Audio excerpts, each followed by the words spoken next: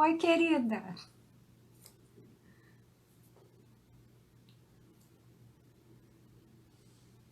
Vocês me ouvem bem?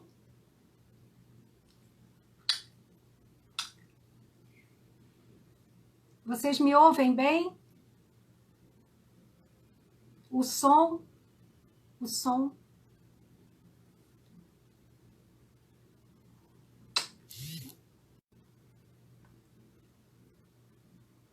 O som? Saudade, gente. Geis, a saudade também. Esperando a doutora Ana Clara.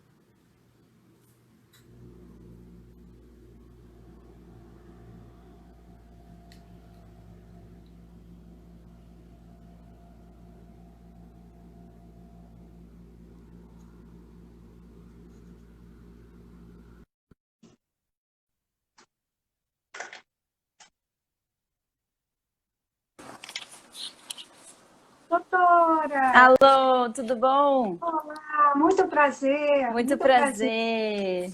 Tudo bom? Obrigada pela sua presença. Opa, eu que Sim, agradeço o convite. Deixa eu só imagina, pegar meu papelada aqui. Pronto. Meus, toda nós. meus resuminhos aqui. Sim, sim. Bem, gente, temos hoje o prazer, o Policondrite Amigos, Rede Brasileira pela Policondrite Recidivante, tem o prazer de estar recebendo a doutora Ana Clara Ribeiro, reumatologista, que vai nos falar sobre a policondrite recidivante. E o nosso tema é: você já ouviu falar na policondrite recidivante? Estamos diante de uma patologia realmente rara. Temos uma incidência de 3 a 5 pessoas em 1 milhão. Esses dados são dados mundiais, não temos esse dado preciso no Brasil, mas então estamos diante realmente de uma patologia rara. Doutora, fique à vontade, muito obrigada. Imagina, bom, tudo bom? Obrigada pelo convite. Eu fico muito feliz de falar também sobre essas doenças raras, porque eu acho que a gente tem a grande importância da gente falar sobre doenças raras também é o conhecimento dessa doença. Se a gente não conhece as coisas, a gente não vai atrás direito ou não faz as coisas assim direitinho, tanto do ponto de vista do paciente, que não vai procurar, que acha que aquilo que está acontecendo é alguma coisa que não é necessariamente importante, quanto do ponto de vista assim, de educação médica. A gente já tem tanta coisa para aprender também das doenças mais comuns, que acaba que às vezes a gente não ouviu falar de algumas doenças raras. Então, às vezes, quando você se vê diante de algumas manifestações diferentes do que você está acostumado no dia a dia, às vezes já liga ali o sinal de alarme e você fala, não, acho que eu tenho que ou encaminhar esse paciente ou fazer uma investigação um pouquinho mais aprofundada. E no caso da policondrite recidivante, sendo uma doença rara até dentro da reumatologia, né, que, por exemplo, a artrite reumatoide é uma doença rara na população, só que é muito comum dentro da reumatologia, vamos dizer assim, 50% dos nossos pacientes são isso, porque no fim acaba sendo aí 1% da população, que é pouco, mas no fim é muito no volume geral. Por exemplo, na policondrite recidivante, que vamos dizer que aí é 0,01%, acaba sendo aí muito baixa, né? Essa incidência. Então, é mais o reumatologista mesmo que vai acabar vendo isso e o otorrinolaringologista, né? Então, Sim. creio eu que o paciente muitas vezes vai entrar pelo otorrino e aí o otorrino vai acabar passando para o reumatologista. Ou, a depender do tipo de manifestação que você está tendo, como está muito esquisito, acaba indo para o reumatologista de toda forma, porque é o médico que vai investigar essas patologias esquisitas aí. Doutor. Eu, por exemplo, fui encaminhada pela dermatologia. Dermato. Foi um dermatologista que descobriu a minha policondrite. Pronto, então, um profissional preparado, né? Com certeza. Com certeza. Estudioso, com certeza, que me salvou, né? Porque a gente sabe que o subdiagnóstico e o diagnóstico tardio, eles são extremamente danosos e ocorrem muito com a doença rara, não é? Então, nós temos que estar sempre atentos e trabalhando, divulgando essas doenças raras, justamente para que essas pessoas não passem por esse processo, né, doutora? Com certeza. Assim, existe esses problemas também do diagnóstico tardio que acaba aumentando muito a chance de você ter algum tipo de sequela da doença. Quanto mais recente e precoce o diagnóstico é feito e a gente inicia o tratamento, e aí eu tô falando para todas as doenças, né? Você tem menor chance de ter sequelas. Então, e aí eu vou começar a falar um pouquinho da policondrite recidivante. Então, gente, creio eu que, não sei se todo mundo aqui é portador ou tem alguém que conhece, mas para a gente apresentar a doença. Então, o que é policondrite recidivante, certo? Então, é uma doença inflamatória que tem esse nome de policondrite. Condrite quer dizer sobre cartilagem. E pode fazer uma inflamação em onde a gente tem cartilagem. Onde a gente tem cartilagem aí, principalmente esse tipo de cartilagem é região de nariz, região de ouvido, região de traqueia e brônquios, por exemplo. E aí a gente vai ter, na verdade, cartilagem em vários lugares do corpo, sendo que a inflamação não é só de cartilagem, que é visto também vasculite na policondrite recidivante. E o que é vasculite? Inflamação de vaso, gente. Então, não é nada muito complexo. É o vaso sanguíneo inflamado. Isso, toda inflamação de vaso sanguíneo vai dar um problema no que está na frente. O vaso sanguíneo está levando sangue para algum lugar. Se você tem alguma inflamação aqui, às vezes esse fluxo sanguíneo vai parar e aí isso vai acabar dando problema no que está lá na frente, causando, por exemplo, infarto em algum lugar. Então, é uma doença inflamatória de cartilagem que tem componentes de vasculite também, que é recidivante. Alguns tipos de a gente tem alguns tipos de policondrite, assim, alguns tipos de manifestação, sendo que um deles, talvez o principal, seja recidivante. Então, ele vem e volta, aparece, desaparece, aparece e desaparece. Então, esse andar da doença também é bem característico. Então, é uma doença rara, né? Como a gente mesmo já chegou falando aqui no início, a incidência entre homens e mulheres é bem parecida, tá? Então, assim, não tem mais homem, não tem mais mulher, é bem parecida essa incidência. E a idade aí de acometimento pode ser qualquer idade, mas principalmente na faixa dos 40 aos 60 anos. Pode ter aí um componente genético, a gente viu alguns genes aí relacionados a isso, mas não é completamente genético. E aí, qual que é o quadro clínico principal da policondrite recidivante? A inflamação da orelha, tá? Então, o sintoma mais comum é a inflamação da região da orelha, só que a gente também pode ter outros sintomas que a gente fala que são sintomas constitucionais, como uma perda de peso, um mal-estar, uma febre. Eu não sei se a senhora chegou a sentir na época do diagnóstico. Dores articulares, exato. Então, a gente tem Eu sou um caso clássico, doutora. Então, foi classicão? Tá. Eu comecei com a inflamação brava nas orelhas. Tá. Mas nós temos relatos de pacientes no Policondrite Amigos, de pessoas que realmente começaram com outros sintomas. Tá. E essas pessoas costumam peregrinar por muitos médicos. Sim. Sem um tratamento. Exato, com certeza. Então, eu vou falar todos os tipos de manifestações que poderiam dar, só que realmente o mais comum é a orelha. E uma coisa importante da orelha da policondrite é que o gordinho da orelha, o lobinho, ele é polpado. Então, a gente vai ter mais uma... Pronto. Dá pra ver? Dá pra ver só uma pontinha.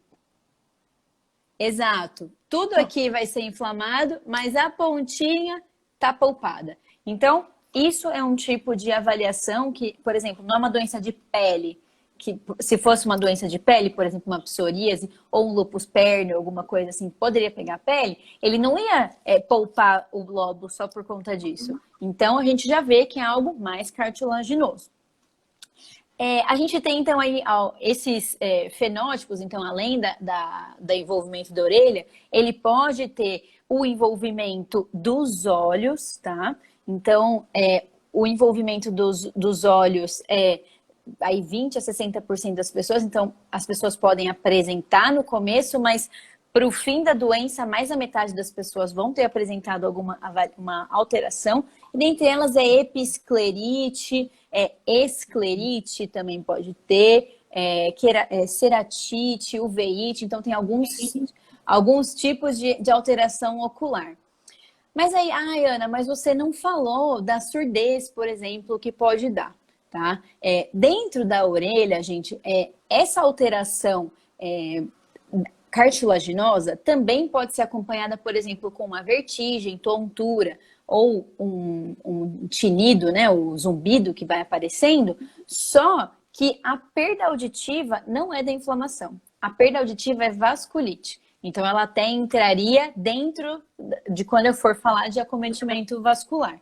Então, assim, que inclusive está dentre os acometimentos mais graves da doença, né? Que é a perda auditiva, né? Acho que até, inclusive, em um dos posts que a gente fez a divulgação, uma das pessoas falou, nossa, minha mãe, infelizmente, não conseguirá ver, porque ela... Diagnóstico tardio. Exato. Então, assim, pegou uma vasculite. Então, às vezes, dependendo se demorou muito, não adiantava mais fazer esse tipo de tratamento. E eu vou comentar um pouquinho mais sobre isso. Então, além do acometimento da orelha, cartilagem, que é o mais comum, existem também acometimento de orelha interna, que seria de tontura, e de artéria auditiva média inferior, que é a vasculite aí da região que vai fazer essa surdez. Acometimento ocular também já falei. E aí o segundo acometimento mais comum é o acometimento nasal, né? Então, além da inflamação nasal, a gente pode ter, dependendo, uma sensação de preenchimento, então uma sensação de inchaço dentro do nariz, sangramento nasal, crosta, tudo que poderia acontecer numa inflamação pode acabar aparecendo. Algumas pessoas podem ter perda de olfato, tá? Isso é descrito que acontece. E qual que é o maior problema do acometimento do nariz? É que essa inflamação vai e volta, vai e volta, vai e volta, você pode acabar perdendo cartilagem nasal e ficando com aquele tal do nariz em cela, que é aquele nariz... Inflamações, né, doutora? Exato. As inflamações vão destruindo destruição cartilaginosa.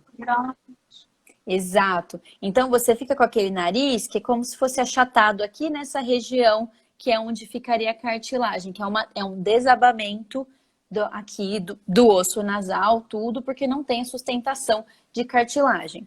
Isso é bem parecido... Calma, meu gatinho tá aqui. Ah, que bonitinho. Tá aqui. Que bonitinho. Isso é muito bem... Isso é o que causa bastante confusão também com a granulomatose com poliangiite, que é a vasculite da doença de Wegener, né? Na verdade, não é a única manifestação comum, tá? A depender, acho que isso até, assim, é assunto para outra coisa, um post que eu já prometi que eu ia fazer. Mas assim, diagnóstico diferencial, mas né? é um diagnóstico diferencial que a gente tem um problema muito grande, porque se você faz biópsia na policondrite, pode ter vasculite. E quando você faz biópsia na granulomatose, que é a doença de Wegener antiga, né? Você tem vasculite também. Então, às vezes, e as queixas clínicas, por exemplo, às vezes do mal-estar, uma febre, acometimento nasal, por exemplo, são parecidos. Então... Exato, acometimento às vezes arterial. Então, assim, existem alguns acometimentos que são parecidos. Então, a gente sempre tem que prestar atenção nesse diagnóstico diferencial. Eu já vou falar mais de diagnósticos diferenciais um pouquinho mais para frente, porque a policondrite recidivante, ela é muito associada também a outras doenças. Então, isso eu já falo. As comorbidades, né? As outras, isso. E até associado a autoimunidades no geral. Então, além do acometimento, então, da via aérea externa aqui, né, do nariz, existe o acometimento do resto da via aérea, que também é cartilaginosa. Então, você pode ter problema em laringe, em traqueia e em brônquios. Então, dependendo de quanto amolecido vai estar essa cartilagem, às vezes você, quando respira fundo, ela fecha, ou quando você respira, ela fecha um pouquinho e fica com barulho. Isso já é um acometimento um pouco mais grave, que a gente chama esse barulho que chama estridor, né? Esse acometimento de respiração é um pouco mais grave, é uma das coisas que a gente mais vai procurar quando a gente pede, por exemplo, tomografia, assim, para dar uma avaliada nessas vias aéreas. E isso também exige um tratamento agressivo, assim como o tratamento da perda auditiva. Então, isso é bem importante também. Além disso, a gente tem artrite. Não é uma artrite igual da artrite reumatoide que vai te deixar com deformidade na mão, por exemplo. Mas tem dor, tem inchaço. A princípio, você pode ter essa perda de função no momento, porque tá muito dolorido ou tá muito vermelho. Então, isso pode acontecer. É esse tipo de artrite. Então, artrite nas mãos ou punhos, enfim, joelho, pode ser em qualquer lugar, na verdade, essa artrite. E aí, ela na verdade, melhora às vezes ou sozinha ou só com anti-inflamatório, não é uma artrite do mal, tá? Sim. Existe também o acometimento articular dessa região aqui, né? Que é a junta, né? Que é do externo com a costela, né? A costocondrite, né? É um dos diagnósticos diferenciais de costocondrite e dá bastante dor e dor à palpação e ela também vai melhorar com anti-inflamatórios, também ela não é maligna no ponto de vista de causar alguma deformidade. A pior parte da policondrite recidivante é acometimento nasal, né, para fazer o nariz em cela, o acometimento da surdez, da vasculite da orelha interna e o acometimento respiratório. São coisas que a gente fica bastante preocupado quando existe. Bronquica, traqueia. Exato. Assim, claro que existe a questão estética muito importante da orelha ou mesmo do acometimento nasal. Mas enquanto a gente tem cartilagem, enquanto ela não inflamou o suficiente para ter desabamento, a gente consegue ficar mais tranquilo nesse ponto, tá? Vai controlando, né? Exato. Olha, uma pessoa está dizendo, eu tenho essa dor na mão, eu tenho essa dor na parte da articulação da mandíbula. Perguntando se pode acontecer essa dor na mandíbula. Pode sim. Mandíbula, gente, aqui é uma articulação também, né? Que aqui é a articulação temporomandibular, né? A gente tem o osso temporal, que é o do crânio, acaba juntando aqui com a mandíbula. Então, essa movimentação que a gente acaba fazendo é bem passível de artrite. Só que, assim, também a gente tem que entender que nem tudo é explicado pela sua doença, certo? Então, a depender, às vezes você tem bruxismo, tem algum distúrbio aqui, assim, de dormir muito com os dentes presos, assim, isso acaba causando isso também. Então, nem tudo é da policondrite, porém, pode ser, tá? Além de... Por favor, pode falar. Desculpe. Nós temos uma pessoa que se queixa no nosso grupo muito de dores na coluna. Tá. Essas articulações podem ser afetadas pela policondrite? Menos. Não é uma doença igual, por exemplo, as doenças que pegam mais a coluna, como psoríase, espondilite anquilosante ou doenças inflamatórias intestinais. Os relatos de dores, de artrites mesmo, são mais periféricos. Então, periférico, eu digo, quando a gente fala de coluna, é o centro do corpo, né? O que está na periferia do corpo a gente chama de articulações periféricas. Então, ombro, cotovelo, mão, joelho, tudo. Essas articulações são as articulações periféricas e são as mais acometidas pela policondrite recidivante. Se está com dor na coluna e aí uma dor importante, é bem importante da gente fazer um tipo de investigação para ver se não é outra coisa que está acontecendo. Porque, de novo, gente, nem tudo que está acontecendo com você é sua doença. Você também pode ter hérnia de disco, você também pode ter fibromialgia ou artrose, tudo, tendinite, bursite, essas coisas todo mundo é capaz de ter. Então, assim, neste momento não é super descrito na policondrite a alteração de coluna, tá? Então, Obrigada. Vamos fazer uma investigação melhor, tá? Não é que não possa ter, né? Nesse momento, como é uma doença rara, a gente não tem, assim, uma grande população estudada para falar se é ou não. Então, a gente tem dificuldades em estudos por conta do volume de paciente, que é baixo. Mas não vi grandes descrições.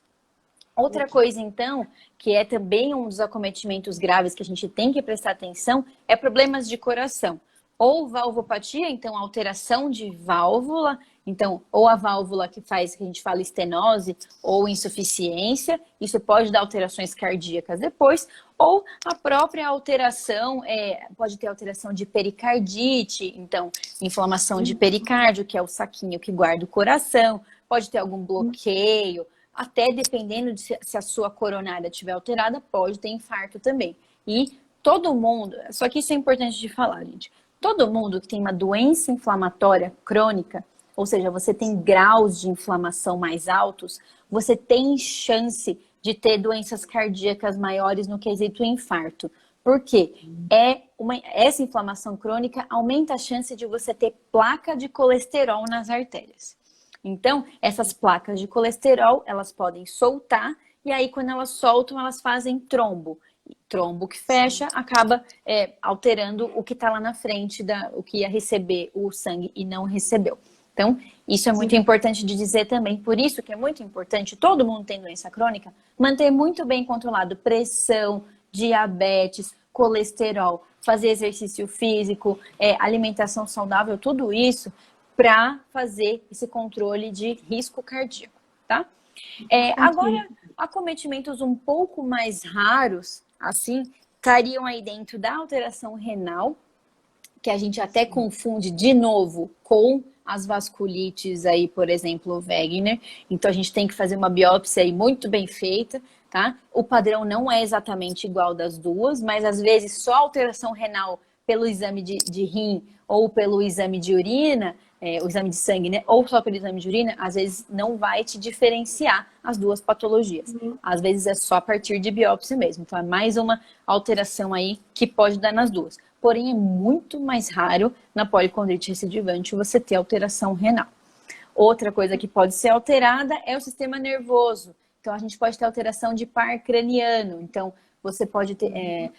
toda a nossa musculatura de rosto, ela é inervada pelo que a gente chama de pares cranianos. Então, por exemplo, você tem paralisia de algum do músculo de movimento ocular. Então, às vezes, o olho não faz o movimento. Ou você pode ter paralisia de algum músculo que faz com que o rosto fique meio caído. Então, esse tônus muscular. Então, esses nervos podem estar alterados.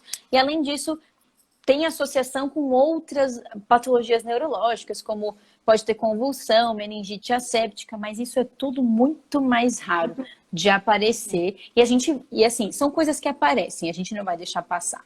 Isso é isso é muito difícil de você ficar em casa com isso.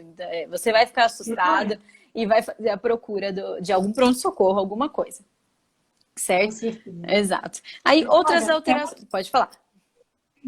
Rapidamente, é muito frequente as pessoas perguntarem, os pacientes perguntarem, eu tenho obrigatoriamente que fazer biópsia de cartilagem, de orelha? É uma questão que a gente até sabe, mas eu gostaria que a senhora falasse, por favor, se para o diagnóstico é indispensável ou não. Olha, exato. Olha, o diagnóstico, hoje em dia, ele é feito também com biópsia. Mas, assim, a depender, se a sua manifestação for absolutamente clássica, então você tem alteração da orelha, do nariz, tem alteração no exame do coração, por exemplo, o curso aparece e desaparece. É muito difícil não ser feito esse diagnóstico, tá? Mas é muito difícil alguém também que tenha lido o livro ter feito tudo certinho. Então, às vezes, é ideal, sim, sempre que se faça uma biópsia, até para fazer os diagnósticos diferenciais com as outras patologias que podem parecer, tá? Vamos dizer assim, se eu estou num lugar que não é possível de fazer, sim, lógico, existem lugares que não vai ter essa leitura certinha de biópsia, tudo. Então, a gente faz o que dá.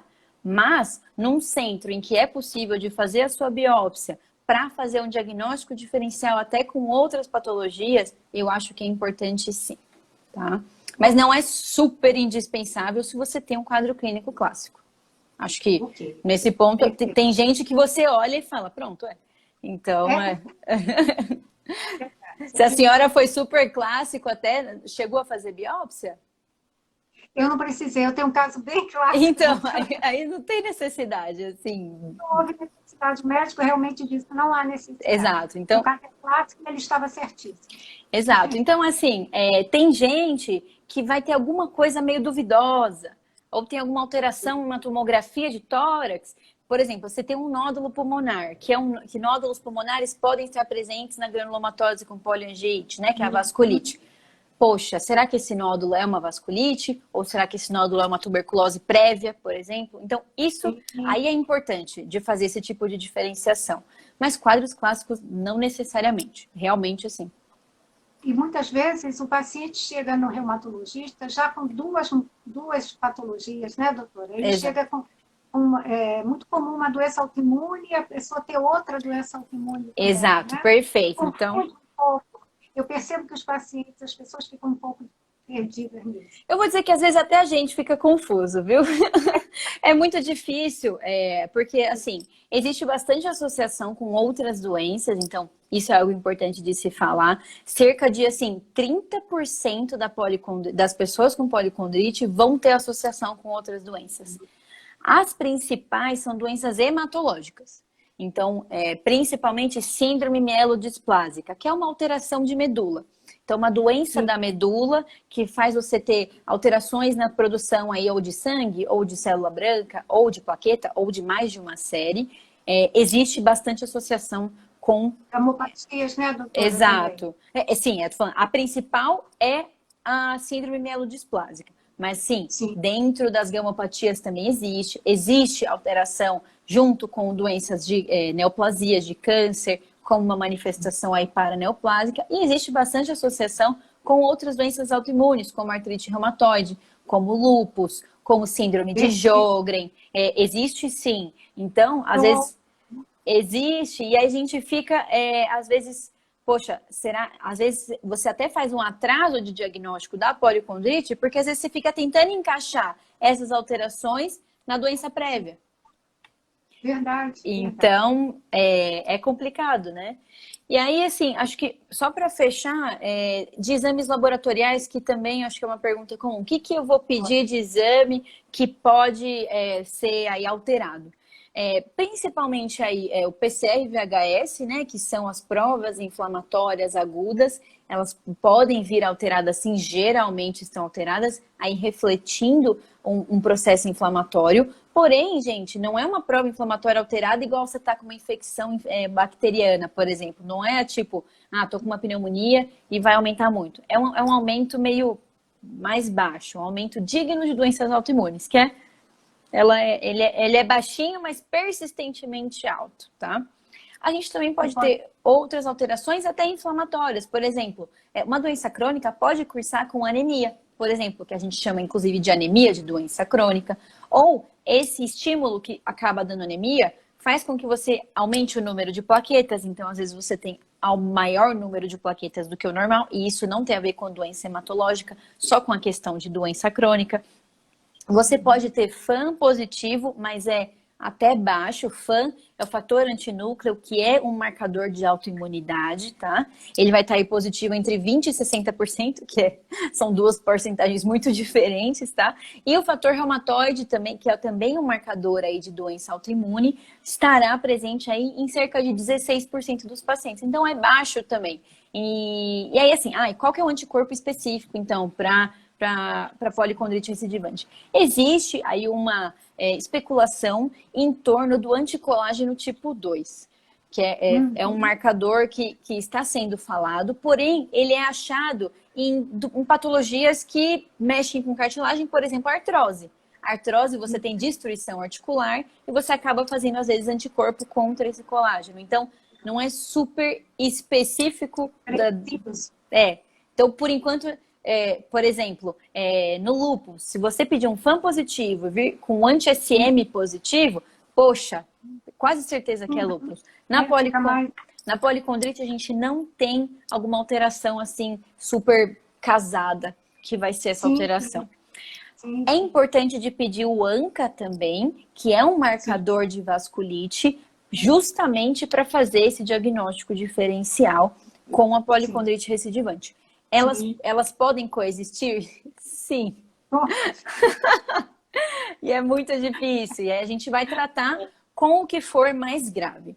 E aí, vou entrar só... não sei quanto tempo a gente tem ainda, me fala um pouquinho. Não, ainda temos um tempinho, doutora. Tá, eu posso só falar um pouco sobre tratamento? Sim, ainda temos Perfeito. aí uns Então tá 20 certo. minutos. Então, gente, o tratamento a gente vai fazer aí uma diferença entre manifestações aí graves ou não graves. E manifestações, assim, vamos dizer, mais fáceis de cuidar do que as outras. Então, qual que é as alterações mais leves? Então, seria a inflamação, principalmente nasal e de orelha, tá? As principais, que remitem rápido, vamos dizer. Às vezes, você só com o início de anti-inflamatórios ou corticoide, às vezes você faz 7 dias já melhorou, ou você faz um corticoide ali 2 semanas e já melhorou. Essas são manifestações, assim, que não põem a sua vida em risco, tá? Sim. Então, o principal tipo de tratamento aí inicial é com anti-inflamatórios ou corticoides, tá? Em doses aí, o anti-inflamatório é em dose normal e os corticoides são em dose baixa para esses pacientes com baixo índice de doença. Os pacientes com doença moderada ou potencialmente grave, a gente já vai entrar com corticoide um pouco mais alto, tá? E os pacientes que têm doenças que colocam a vida em risco, por exemplo, alterações cardíacas importantes, perda auditiva, problema na árvore brônquica, então você tá com tá fechando ali os brônquios, tudo. Essas alterações que colocam sua vida em risco, aí a gente vai entrar com a nossa artilharia pesada, que é pulso de corticoide, então corticoide em altíssimas doses pela veia, e principalmente também ciclofosfamida, que é um imunossupressor, que é um quimioterápico, que é usado em doses até maiores no câncer, mas a reumatologia meio que pegou para si em doses um pouco menores para poder cuidar desse tipo de patologia, tá? Descrito em livro seria até a ciclofosfamida oral, porém, que é assim como é descrito em livro, a ciclofosfamida oral para granulomatose com poliangiite. Então, vai depender um pouco também da sua outra patologia, porque, por exemplo, se você tem uma policondrite recidivante associado com uma síndrome mielodisplásica da medula. O importante é mais importante você tratar a medula do que tratar a policondrite, porque é isso que está causando essa questão. Outra alteração que você tem, por exemplo, você tem alguma manifestação juntamente com algum câncer. Tem que tratar o câncer e depois a gente vai correr atrás disso. Nesse meio tempo, a gente vai entrando só com o anti-inflamatório, com o corticoide. Você não vai entrar com grandes medicações, sendo que o que está de base não está muito controlado. Outras questões que a gente tem que levar em conta por exemplo, existem algumas indicações cirúrgicas, como, por exemplo, na queda... Exato. Nós temos casos, porque essas intervenções vão variar de acordo, né, doutora, com o quadro que o paciente está apresentando, com a gravidade, né, desse quadro. Perfeito. Nós temos relatos de pessoas que têm estenose, que é o estreitamento, né? Exato. De traqueia, de aorta pulmonar. Perfeito. Isso é presente na policondrite recidivante. Exato. Num caso como esse, às vezes a intervenção precisa ser cirúrgica. Perfeito. Nós temos pessoas assim, pessoas com traqueostomia, enfim. São intervenções que às vezes são realmente necessárias. Exato. Assim, às vezes, por exemplo, às vezes a gente não tem como culpar, por exemplo, a pessoa ou o médico que estava indo. Às vezes é uma doença, existem alguns cursos de policondrite que são os recidivantes. Existem os cursos que são de baixa atividade mais frequentes, então, tipo, não passa. E tem o curso explosivo. Então, existem poucos, é a menor parte dos casos, a maior parte é o vai e volta. Mas existe o tipo que a gente fala que vamos dizer assim, é como se fosse um fulminante, assim. Então, ela aparece e vai indo, e vai galopando, e vai indo, e não adianta o que a gente faz que vai ter essa alteração. Então, vai entrar nessa mortalidade grave, né, doutora? Isso, neste momento é a maior mortalidade, por quê? Porque você pode ter tanto a oclusão né, de vias aéreas, que aí nesse momento é dentro grande a questão do risco respiratório, assim, se, Porque é uma patologia potencialmente grave, né, doutora? A potencialmente gente grave. tem que ter noção disso, não deixar o acompanhamento médico regular, é o que eu sempre falo com todos os pacientes. E isso que a senhora falou é muito importante. Quer dizer, a patologia, o quadro vai variar, existem pacientes com um quadro moderado, leve, moderado e mais grave. Isso Existem. tem que ser avaliado, né? Exatamente. Então, assim, o acompanhamento aí vai depender até do seu reumatologista. Por exemplo, se ele quer fazer uma avaliação junto com o otorrino, por exemplo, se ele quer fazer o acompanhamento junto com um dermato, porque você tem alguma alteração de pele junto com isso, se você quer fazer uma alteração, uma avaliação junto com um cardiologista para fazer esse acompanhamento também é importante. Então, Abordagem multidisciplinar, né, exato. doutora? E aí, gente, não é só médico que faz o tratamento disso, porque todo mundo que tem uma doença inflamatória crônica tem maior chance de ter outras patologias também. Dentre elas, por exemplo, você usa corticóide a longo prazo. Eu acho que, inclusive, até foi uma das perguntas que você me mandou, como que eu lido com os efeitos colaterais do corticóide, né? As pessoas perguntam. Então, vamos lidar com os efeitos colaterais do corticoide, gente. Então, antes de lidar com os efeitos colaterais, quais são eles, né? Então, efeitos colaterais do corticoide, principalmente, a gente tem efeitos neurológicos, como, por exemplo, uma euforia, às vezes tem gente que tem até uma psicose, dependendo do grau de resposta que você tem do corticoide. Tem gente que tem distúrbio de sono, fica muito agitado com isso. Então, assim, sobre a euforia é difícil até porque isso é uma resposta única. Mas, por exemplo, você tem insônia com corticoide. Então, põe a sua dose para bem cedo, bem cedo. Talvez seja um tipo de alteração que vai ajudar. Qual que é outra alteração do corticoide, gente? Principalmente as alterações que a gente fala metabólicas. Então, pressão alta, diabetes, colesterol e aumento de peso. Você tem mais fome. Então, gente, nesse momento, quem usa corticoide tem que cuidar muito da boca. Por mais que dê vontade de ali atacar o McDonald's e comer depois um sorvete do Bob's, não resista. Porque isso não é você que está falando, é o corticoide que está falando com você.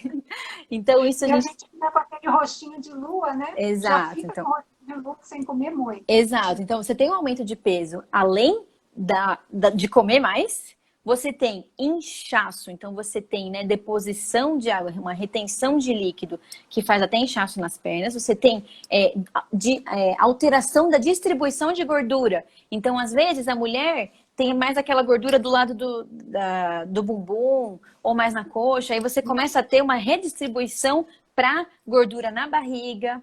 Você também pode você pode também substituir músculo por gordura.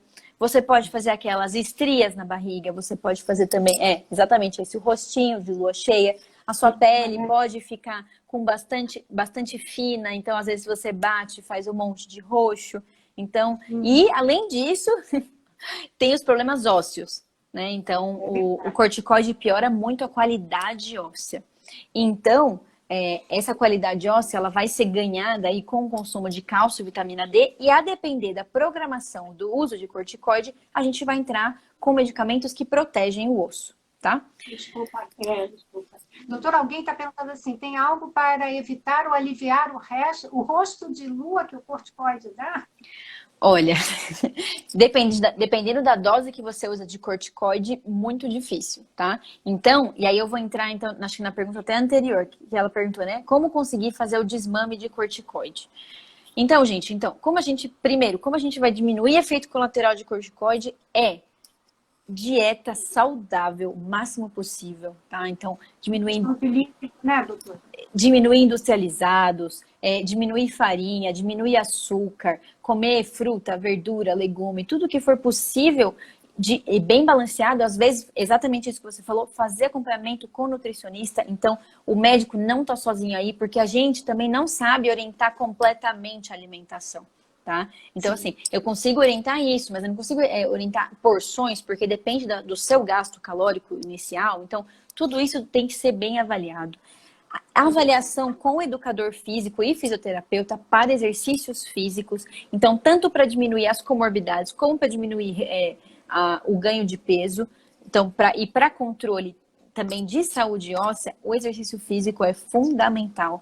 Então, e aí, até por exemplo, para quem tem distúrbio de sono, se você não gasta energia suficiente durante o dia, você também não vai ter sono à noite. Então, o exercício físico também ajuda ali no controle do sono. E a gente tem também, calma, gente, não é tudo ruim, porque a gente tem também remédios que podem substituir o corticoide, tá? O corticoide a gente... falar, os poupadores, né, doutor? Exatamente, os chamados poupadores de corticoide. Os dois aí principais, assim, mais badalados, seria aí o metotrexato, que é o mais badalado. Ele é super conhecido porque a gente usa ele para artrite reumatoide, que é super comum dentro da reumatologia. Então, a gente sabe muito bem mexer com ele. A gente sabe mexer com quem tem os efeitos colaterais dele. Então, quem usa metotrexato, a gente tem bastante segurança. Então, a gente usa o metotrexato para tirar o corticoide. Então, isso é uma questão muito importante. Ah, mas o metotrexato me dá um pouco de náusea, um pouco de enjoo. A gente tenta dar umas ajustadas. Existe metotrexato subcutâneo na barriga, tipo uma insulininha que dá para tomar. Você pode tomar um copinho de café no dia, que ele dá uma segurada nesse mal-estar também, porque o metotrexato tem alteração no metabolismo de adenosina, que é o que o café vai te proporcionar. Às vezes, de mudar o ácido fólico para um dia antes do metotrexato também já ajuda. E existe todo também... um arcabouço medicamentoso, né, doutora? Perfeito. Hoje a reumatologia tem, né? Exato. Tem um arcabouço medicamentoso muito grande. Exato. E aí também tem a dapsona, né? Também é uma medicação utilizada para... Azatioprina, né? Azatioprina também. E aí, a depender da gravidade, né? Se chegou um pouco mais para frente, mais um problema um pouco maior, como aqueles que eu falei, acometimento cardíaco, acometimento de vasculite e tudo mais, entra a ciclofosfamida e, a depender, o micofenolato também é uma outra opção aí dentro, além do corticoide, tá? Alguém está perguntando sobre fadiga. O que fazer para não sentir tanto? Nosso tempo me conta. próximo. Tá. Ainda temos um tempinho. Tá. Gente, fadiga é uma das pedras no sapato do reumatologista também, tá? Por quê? Não existe medicação para fadiga, né? A fadiga, ela é multifatorial, então ela pode ser tanto pela atividade de doença, mas se a sua atividade de doença está controlada, às vezes pode ser pelo uso da medicação, ou pode ser até alguma condição associada, como fibromialgia ou uma síndrome de Sjögren, que é a do olho de boca seca. Então, tudo isso tem que ser avaliado para ver se não é fadiga. Além disso, a gente tem que avaliar anemia, tireoide. Então, toda essa questão laboratorial também, para dar uma avaliada. Por exemplo, você pode estar com um distúrbio de cálcio, uma falta de cálcio, que dá uma sensação de fraqueza também. Então, a gente tem que avaliar primeiro laboratorialmente e avaliar as medicações. E aí, se não for nada disso, que eu tenho essa possibilidade de ajuste, o mais indicado é exercício físico para fadiga. Assim, neste momento, é o que a gente, por enquanto, vê maiores resultados positivos. Existem alguns estudos com Ritalina para pacientes com fibromialgia, mas assim, sem grandes emoções, assim, sem resultados tão positivos. Então, a princípio, depende muito das suas patologias associadas. Por exemplo, às vezes você tem uma depressão associada também, então a gente tem que tratar essa depressão ou essa ansiedade. E nesse momento de pandemia, é muito difícil alguém não estar com algum problema aí de ordem psicológica. Emocional, né, doutora? Também existe. Né? Existe também. A gente sabe que a fadiga é presente nas doenças reumáticas também, a gente sabe disso, mas realmente a gente também está vivendo um momento singular, né? Sim, creio eu que está todo mundo sofrendo. É verdade, doutora. Doutora, alguém perguntou sobre o colágeno, a administração do colágeno. Certo. Nós ainda temos uns 5 minutos. Tá. Eu vou pedir que a senhora faça depois, em seguida, as suas considerações. Perfeito, tá. Tá? Tá certo. Bom, gente, então, antes das minhas considerações, só responder sobre o colágeno. Gente, colágeno é, por enquanto, uma das polêmicas da medicina, tá? Porque ao mesmo tempo que a indústria tá vindo super para cima da gente, com colágeno para isso, colágeno para aquilo, a princípio a gente não tem indicação muito de colágeno para quase nada, tá? Aparentemente, o uso de colágeno é assim, positivo para quem tá com problema de cabelo ou de unha, às vezes tem um pouco de melhora sim. Mas o que acontece? Quando a gente come o colágeno, a gente quebra ele. Então, não é uma garantia que aquilo que você está comendo é o que está indo para onde precisa ir. Então, às vezes, só de você comer bem, você já tem esse aporte de colágeno. Eu, por exemplo, sou vegetariana, então eu não tenho aporte de colágeno de dieta. Então, eu até poderia, teria até um racional de eu fazer essa reposição de colágeno aí suplementar. Mas como é alguma coisa que ainda não tem super evidências, não teria problema também. Acho que você está pensando por conta da policondrite, né? Esse colágeno não vai ser atacado. Então, porque ele vai ser digerido na hora que você come. Então, nesse momento, não há problema por ser uma doença cartilaginosa. Acho que no fim foi essa a pergunta, né? Doutora, só mais uma pergunta. Como controlar as taxas hepáticas elevadas com o uso do methotrexato? Sou também celíaca.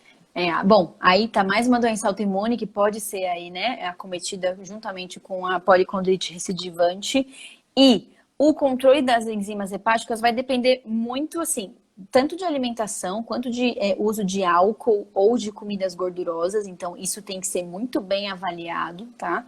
E aí, gente, vai depender muito, assim, de quanto que a sua enzima está alterada. A depender do aumento, às vezes a gente tem que até diminuir medicação ou até retirar. Porque existe, sim, risco de toxicidade hepática. O ácido fólico que a gente dá para o metrexato, ele dá uma segurada na toxicidade de medula, né? De anemia, principalmente de plaquetas, tudo. Ele não vai segurar tanto a parte hepática. Isso daí é muito de metabolismo de cada um. Então, às vezes, você tem alterações enzimáticas que vão fazer com que as suas enzimas subam um pouquinho mais.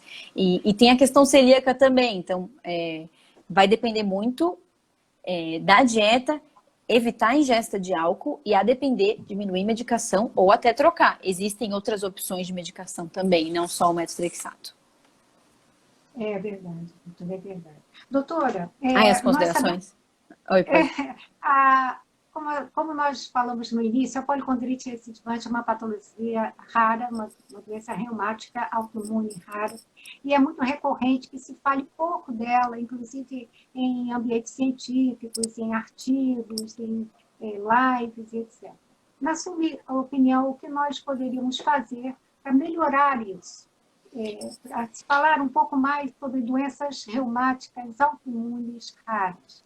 Nós estamos nos 20%, né? Nós sabemos que existem de 6 a 8 mil doenças raras catalogadas, 80% genéticas, e as 20%, dessas 20% nós estamos. E suas considerações finais, muito obrigada por estar aqui conosco, por essa aula brilhante que a senhora está nos dando, essa contribuição que eu tenho certeza está ajudando muita gente. Bom, obrigada.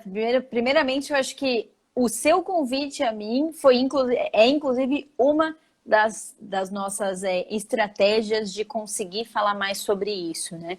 Eu acho que as associações de pacientes são super importantes para dar voz a essa doença realmente. Assim, com certeza vocês não estão sozinhos. Assim, quem estuda mais as vasculites, que acaba entrando nesse meio de vasculite, né? Não que seja exatamente uma vasculite, mas quem está no meio de vasculite...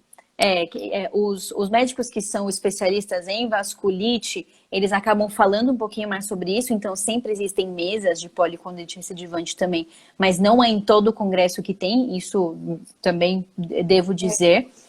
Eu acho que talvez fazer um incentivo à abordagem multidisciplinar aí, juntamente com os médicos aí dermato, otorrino, ou os vasculares, os cardiologistas, assim, essas iniciativas do reumatologista. O reumatologista é um médico que gosta muito de discutir caso com outros médicos. Então, acho que a própria iniciativa dos reumatologistas é legal. Mas eu acho que, neste momento, a força está na associação de pacientes mesmo, tá? Então, acho que se vocês continuarem fazendo esse tipo de convite para nós, ou vocês fazerem também associações entre as associações, acho que também é interessante fazer aí uma conversa com outras doenças raras também, às vezes dependendo fazer algum projeto, alguma coisa, para conscientização de população também. Mas eu acho que esses projetos online, no fim, dão muito certo, né? Eu, Não, deu certo. dão muito mais certo do que a gente imagina, então eu acho isso super legal.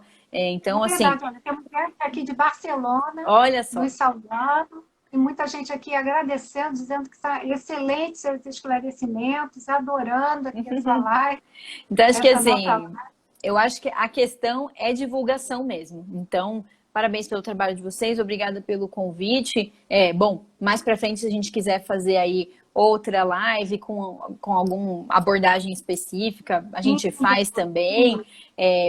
Eu vejo também o pessoal da vasculite, se alguém tem alguma coisa a mais a dizer isso. também, tá? Eu acho que eu também me fico aí à disposição de vocês, tá certo? Muito Obrigada obrigada, aí. doutora. Muito valiosa a sua fala, principalmente porque, como a senhora vê, a policondrite, ela às vezes não vem sozinha, ela tem comorbidades, isso confunde, como a senhora mesmo disse, tanto os médicos quanto a nós, leigos, pacientes, aqueles que vivem, né, com a patologia, né? A gente tenta aprender, o Policondrite Amigos tem essa função de agregar, unir pacientes, criar uma rede de apoio para essas pessoas, até porque quando eu tive meu diagnóstico e descobri que não havia uma rede de apoio para as pessoas, eu entendi que era vital criar. Perfeito. Eu aposto que existem muitos subdiagnósticos por aí, o número eu acho que é o maior um pouquinho do que a gente imagina. Com As certeza. pesquisas precisam ser atualizadas, a gente vê informações, às vezes, em artigos científicos, que estão um pouco desatualizados, e a gente até fica feliz, porque alguns artigos falam de uma sobrevida muito menor do que a gente tem constatado em nossos grupos. Então, eu acho que esse trabalho tem conseguido fazer a sua parte. Esperamos sempre poder contar com a senhora. Temos um cadastro nacional de pacientes, de pessoas com policondrite recidivante no Brasil. Esse cadastro tem nos dado algumas informações importantes. Como eu lhe disse, temos também casos de hereditariedade, né? Temos 3 casos. Então, é uma questão nova, eu acho, para a Sim, policondrite. exato. É o que eu falei, né? O componente genético não é tão estabelecido assim ainda, né? É verdade, é verdade. Tem o HLBR, Uhum. né? Enfim. Doutora, muito obrigada. Eu espero poder contar com a senhora em outra oportunidade, com outra live. Vai ser sempre um prazer. Estamos à disposição para a senhora, tá? Da mesma Perfeito. forma, foi um prazer me receber. Sua aula muito esclarecedora, sanando as dúvidas aí de todos, né? E acho que ajuda muito, porque quando a gente fala em doença rara, a informação é muito rarefeita, né, doutora? Sim, com certeza. Bom, obrigada aí, Solane, pelo convite. Gente, eu estou à disposição, então vocês podem me mandar. Quem tiver dúvida, pode mandar no meu direct ou no próprio post que tiver, pode perguntar direto. Eu acho que nesse momento eu estou aberta a responder qualquer coisa, tá bom? Mesmo que seja uma coisa boba, gente, eu acho que isso é importante dizer. Nenhuma dúvida é, assim, inútil, sabe? Nenhuma dúvida é boba. Cada um tem o seu entendimento da doença. E às vezes você olha dos outros e é fácil entender, mas quando é seu o problema, é mais difícil de você lidar com essa informação. Então, pode perguntar, sim, tá bom? Tem tratamento e a gente tá de olho. Os reumatologistas estão de olho aí para descobrir isso logo. Que bom, doutora. Ano que vem estaremos fazendo um simpósio presencial, se Deus quiser, assim que terminar a pandemia. Esperamos poder contar com a senhora, tá bom? Opa, com certeza, estarei. Presencialmente em São Paulo. A senhora é de São Paulo? Sou sim. Então, eu sou do Rio, mas a gente vai fazer em São Paulo um Ah, perfeito. simpósio e esperamos poder contar com a senhora. Muito obrigada, Perfeito. Policondrite, muito honrado com sua presença. Obrigadão, gente. Boa Um abraço, noite. Qualquer um abraço dúvida, a todos. pode falar. Beijão. Muito obrigada, doutora. Um abraço. Abraço.